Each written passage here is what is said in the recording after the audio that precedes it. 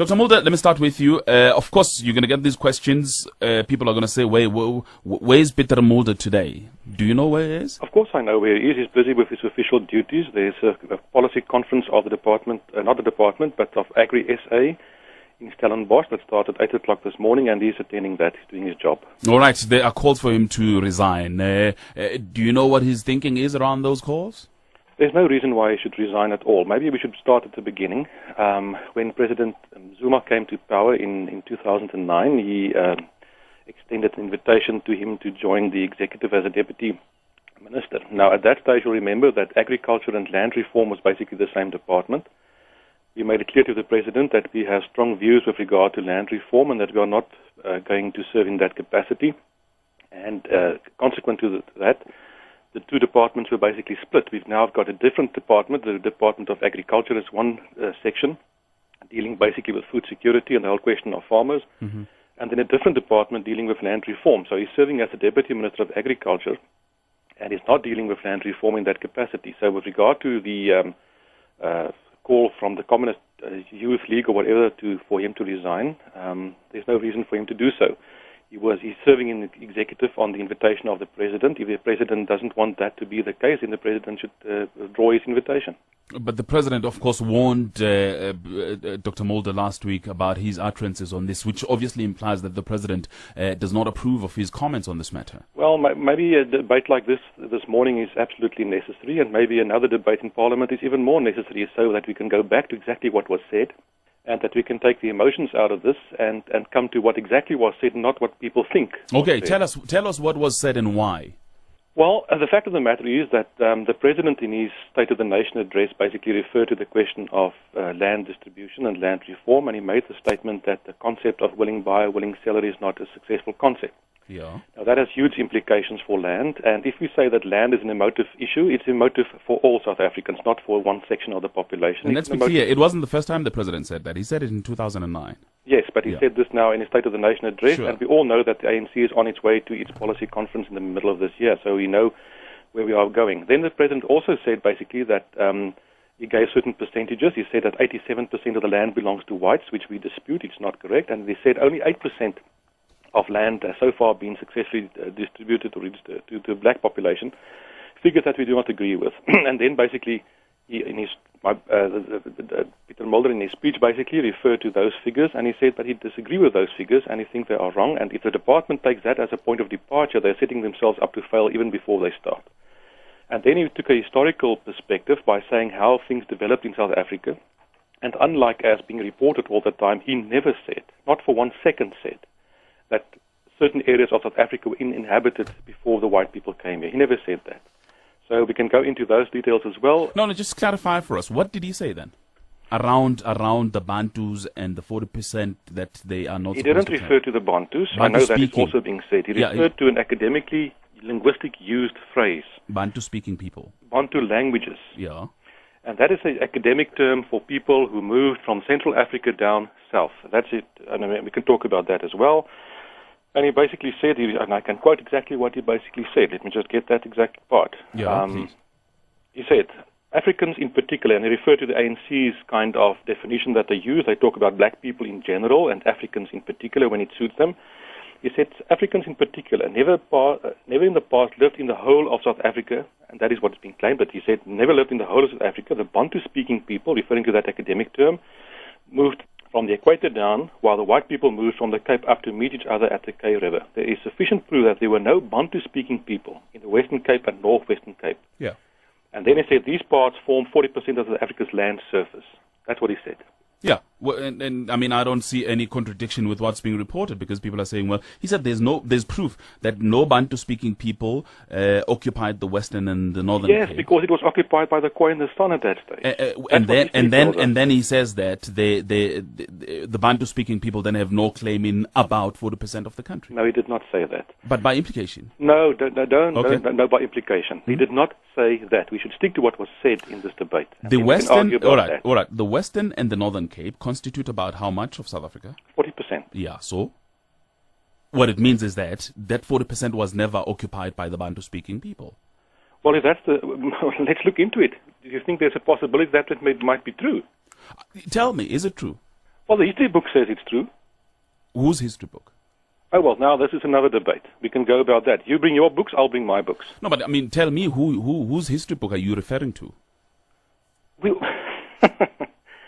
we look at the reality of South Africa. Mm-hmm. Why even today does the brown community, or the descendants of the Khoi and the San people, form a majority in the Western Cape and the Northwestern Cape? Why would that be the case? That's it. We can go into that kind of historical argument. The fact of the matter is, you would never say that South Africa was unoccupied for 40%. You reacted to the claim and the definition used by the ANC when they talk about blacks and Africans in particular, and he used their own definition to say, but for 40% of the land in South Africa, they were not residing there. All right, let me bring my other guest then. Christy, what did you make of the speech? And obviously what you're hearing, because I don't see any difference between what has been reported over the past couple of days and what exactly Dr. Mulder is saying now. No, I'm also not noticing any particular difference. What I think for me is of significance here is why this is being brought up right now. Because the fact of the matter is what I'm noticing here is something that fits into a pattern that we've seen since 1994, which is where white people, through what we call white denialism, try to actually deny certain aspects of current levels of privilege. This is not for me actually so much about the historical aspect. History can be used and abused, in whichever way one wants to, ultimately. The question is why now, at this juncture, 18 years into democracy, are we hearing this argument being made? And I think it's actually part of, it's a strategy to try and delegitimize black people's claim on the one hand, and to re-legitimize white people's claim on current levels of privilege that are held by white people. So we're seeing actually use of history to again create the kind of hierarchy of access. Because say for argument's sake, we can prove that there weren't a single black person in what's today the Western Cape and the Northern Cape 100 years ago, which I think is unlikely. But say we can prove that. What does that mean, basically? That means that we get back into those very same arguments that we used in the colonial and the apartheid era, of where there's a hierarchy of access that's being established. So we'll have to split the country into two, and we'll have to say, so-called colored people and white people now have, can have land in the Western Cape and the Eastern Cape, and then I assume that the Freedom Front Plus then suggests that white people who own land in the rest of the country should let go of that land. I don't know, but it'd be interesting to hear what their suggestion is there. So one gets into the absurdity of that. So for me, it's actually not about the practical implications of what's being said, because it's ridiculous. It's actually more about trying to create a legitimization of white people's claims as they exist. What I would rather see is a situation where we say that what we have in this country is a situation of successive waves of immigrants arriving here throughout the centuries. And the first people from the rest of the continent, not from Europe, but from the rest of the African continent that arrived here, for example, was in the 4th century AD. So not quite the Freedom Front Plus would want it. So from that point onwards, we see successive waves of immigrants arriving here. And I would say everybody who lives in this country today have an equal claim and stake.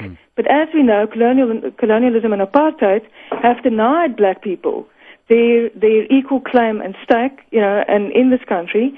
And today we need corrective action, and that is what land redistribution and restitution is about. Steve, what is your take on this matter?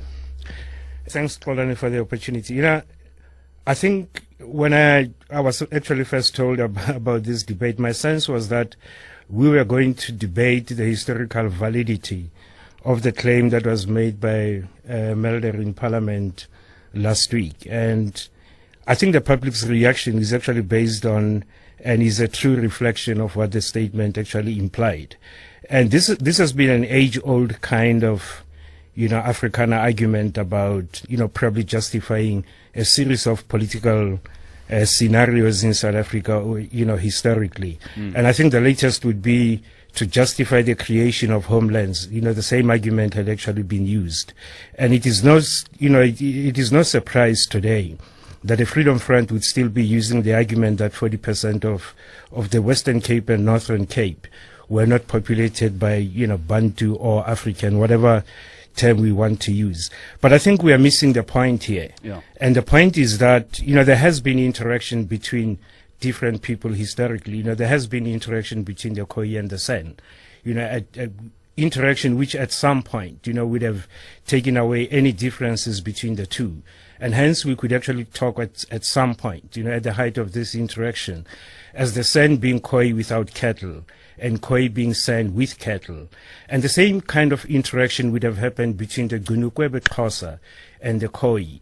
And that kind of interaction simply reflects, the level of the capacity for absorption that the Khoi and the Xhosa would have had. So it becomes actually irrelevant that we must be talking about who between the Khoi and the Xhosa populated the Western Cape and the Northern Cape. Because you are talking about societies that had a high degree of capacity for absorbing each other's cultures and probably undermining certain identities that wouldn't help, kind of cooperation between the two. Yeah. This has not been the case with European settlers. 300 years down the line, whites are whites and blacks are blacks. You can never say, blacks are whites without money or whites are blacks with money, simply because it essentially it doesn't happen. Those kinds of barriers never actually get broken down. So my sense here is that it's pointless to try and make a distinction between the Khoi, San, and the Xhosa, for purposes of this debate, because we are talking about, people who over time have actually created a particular kind of culture, that makes them survive.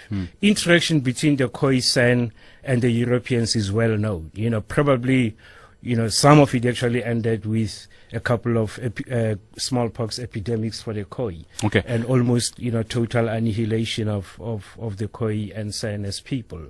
Now, that's not the sort of thing that, Africans would do when they interact with people.